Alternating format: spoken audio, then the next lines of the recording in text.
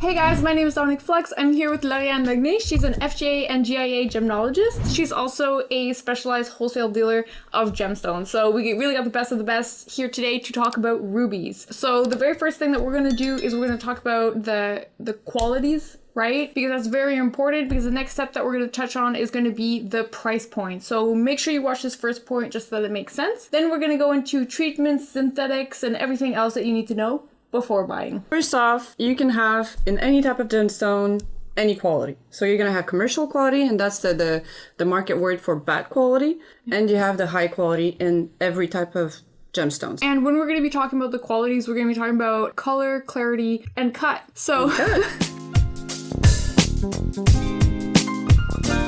I think maybe we can start with color, because I think it's the one we receive the most questions on. I have here some examples. I put different types of qualities in rubies, and I put different colors just so you can see also the color range you can have in that stone, which is wide for one type of color gemstone. Pigeon Blood. First of all, Pigeon Blood is a market name. So in the professional world, the mining world, we don't really use it because it has a wide variety of color, contrary to what people think. What Pigeon Blood is supposed to be a pure red with a tone of orange in it. So it's not fuchsia, it's not purple, that's another type of color. Pigeon Blood has a slightly orangey tone in it, but a beautiful red color.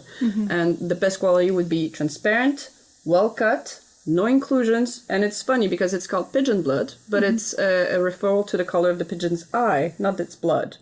So when you look at a pigeon eye, it's going to be the color you want on the ruby.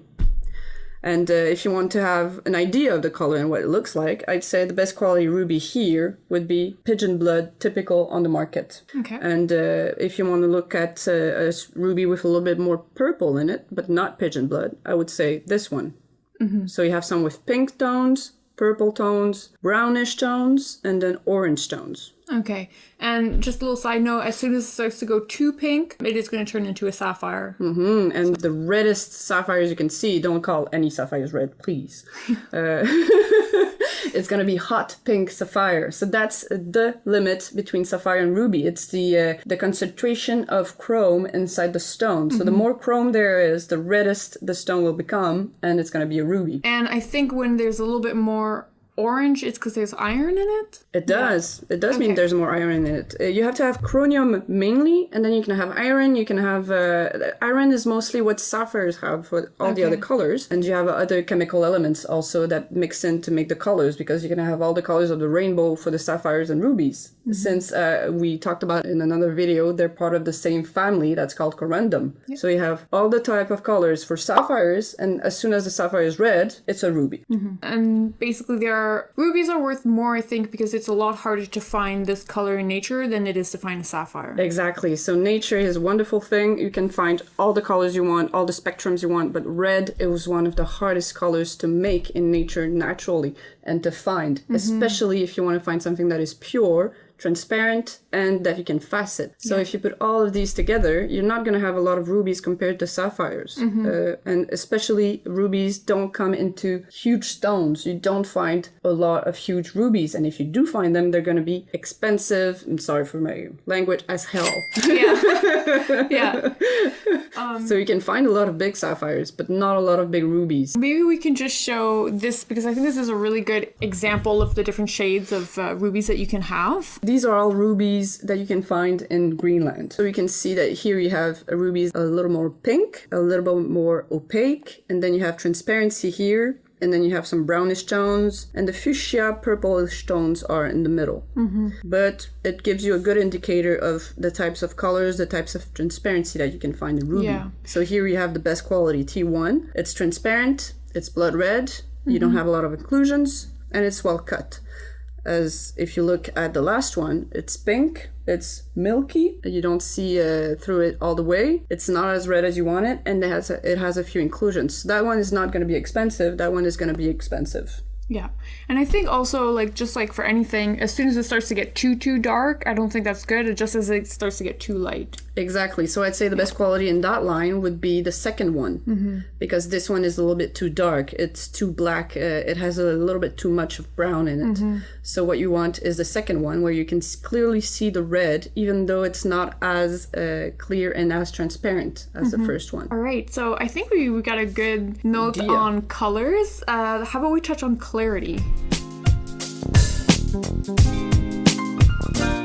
Clarity. Yeah. Let's go. So clarity, what is it? You have inclusions in gemstones, of course, and what you want in a ruby is no inclusions. You can have a few under the microscope, visible only with a loupe or with, as I said, the microscope. But if you have high visible inclusions, it's not as good for the pricing or for the stone. Why do I want to have inclusions in my stone, even if it's not visible to me? Because it gives me an indication of where it's from and if it's natural or not. If you have flawless big ruby with nothing in it, pure red, and it's not as expensive as you thought, or it's expensive, red flag for me. Red flag, 100%. Do you see my picture? Yes. This is a ruby I took because you don't see any windows in it. You wanted to talk about windows? Windows is when the stone is not well cut. And when you put it on your fingers, you're going to see through the stone the color of your fingers. So that's called a window. That means the stone is not well cut. I think I have one here. It's a marquise cut. Put it on my finger and you can see through it. You can see my fingers in it. That means that it's too shallow. It's not well cut.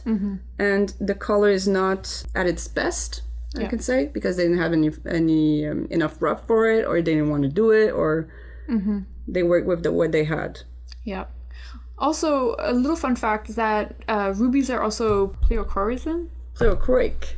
Pleochroic, excuse me. Which also means that the color will look different depending on the angle that you look at it, which will basically be because of the way that the crystal is formed. And so the gemstone cutter will, to sometimes stop this from happening, we'll try to cut it on a diagonal to avoid this. And Liliane just showed me this very cool little contraption that you can kind of see the Pleochroism. I know how to read it, I can't say it. So this is a really cool little contraption to be able to see it on the spot if it has this effect. Exactly. So you have the light on it, you have the light directly under the stone, you put the stone on it, and then the dichroscope, as you call it, kind of funny name if you talk about it, is divided in two filters. And with the two filters here, it shows you the different colors of Pleochroism that the stone is going to have. It's a useful tool to also identify some stones with Pleochroism, like tanzanite, which has 3 to 2 colors, tourmaline, and rubies. All right, let's talk about prices, because I know this is what you guys are all here for. Let's go. So the very first thing I guess we'll start with is we have all of these stones, which are relatively around 1 carat, I believe. Exactly. 1 carat, just so you can get a really good indicator from like poor quality all the way to a very nice quality, what you can expect. So, pricing. Okay, so as she said, all these stones are around 1 carat each, to give you a good idea of what they're worth on the market right now. Yeah. Because the prices change also each year. So it's going to be different next year. To give you an idea, we'll start with the less expensive one and then go up, or do you want the contrary? No, we'll leave the best for last. Yeah. Best for last. Okay. So the commercial quality one is around $50 per carat. That's not expensive. No. It's a low quality. It's included. It has fissures. The cut is not well done. The second one has a darker color. It's a little bit more red, but it's too dark.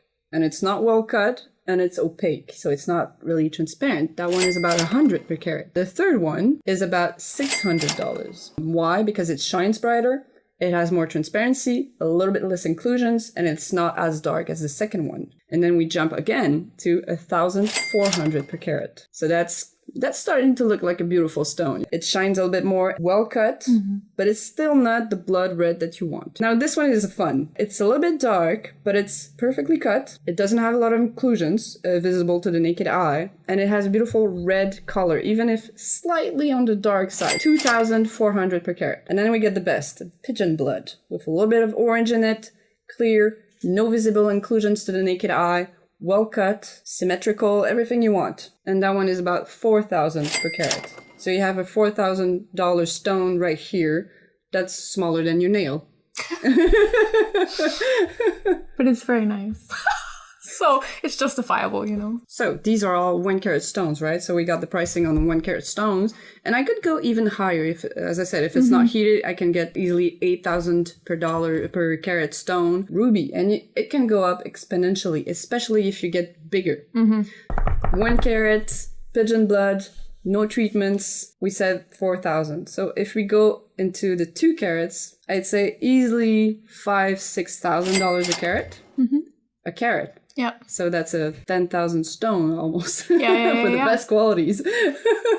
And then if you go to the 3 carats, it can easily become, I'd say, 6,000-7,000 per carat. Yeah. If you get bigger than that. So let's say I'm going to go one of the biggest rubies I ever handled, a 10 carat. So I had a 10 carat, no heat, Mogok, Burma. So that's from Myanmar. So that's also locality is important for some rubies. It was about, I'd say about $1 million per carat. Wow. For a 10 carat. So get ready with your pockets. We can aspire. Very nice. I think that now, just to clear the air, I think we should talk a little bit about treatments that you can find on rubies, which ones to avoid, and then which ones are less bad. Less all bad. Treatments are bad. yeah. Well, anyways, before we continue, make sure you smash that like button. It helps more than you can imagine. Hit that little bell and subscribe so that you can get all of our latest content. So thanks for watching. And yeah, let's hit on the treatments. So treatments that are accepted. That means that you can buy it, no problem. It's not going to do anything to unstabilize the ruby. It's a go. It's a green go, green flag. Heat. Yeah. Heated stones, it's normal. Almost 90% of the rubies you buy are going to be heat treated, and you're not even going to know it. And the jeweler most likely is not going to know it either. They're all going to assume it's heated, unless stated otherwise. So and you'll see the price will change. As soon as it's not heated, it's going to be significantly more. Exactly. Yeah. The prices are normal for heated rubies. If it's not heated, it's going to be said, it's going to be expensive, and it's going to be clear. Yeah, because like the whole principle is that like basically they're going to enhance a ruby to alter the color, a more desirable color, right? But to find that color naturally in the wild, it's so rare. So that's basically why. It's worth way more. Yeah. Way more. So if you look at these, all of these have different tones, different colors, but they're all heated. It's normal. Enhances the color. You have a little bit of orange in it. This one is a bit too dark, and you can see the different shapes you can find also in rubies in different sizes, but basically all of these are heated. Almost all of these are heated. So it's normal. Now, the treatment that is not really accepted and is often hidden when you buy a ruby is fracture filling. So often you're going to have fracture filling in the rubies and the sapphires. It's a treatment that diminishes the value of the ruby a lot. Yeah. So you're going to start with a 2,000 per carat worth ruby, and if they find that it's fracture filled, it's going to be a $50 ruby. And fracture filled is when they fill it with lead glass, correct? They fill it with glass, and they fill it with resin sometimes. Oh, that's really cheap. That's really cheap. Yeah, because basically the glass is going to go in and fill the cracks, and so it's going to give the impression that it isn't as included, essentially, right? Exactly. So you're going to fill the cracks with glass. The cracks are going to disappear or be smaller in the zone, but basically you're going to have a glass with some ruby in it. Yeah, it's a no-brainer. If you look at a ruby and you see some blue reflections inside the ruby, that's a good indicator that you have glass in it. But you're rarely going to see it with the eye. You're going to see maybe it with the loupe or a microscope. So you have heating, you have fracture filling. You can have some other types of treatments that are rarely used. I already found some oil rubies. You can have some drillings done in the rubies, but those are the two most important ones: heat and fracture filling. Yeah. And like, anyways, I mean, we say this all the time, but as soon as you're going to be buying a stone of a certain price point, you always do want to have an appraisal done. You want to buy by a reputable source. Of course, if you want reputable sources, you check with Dominic. She also has the best sources for you guys. Yeah. I mean, I'm going to say it like it is. Yeah. It's a new on the market. It's been a few years, but it's not well known yet. You do have some ethical rubies for those that are interested in them. Yeah.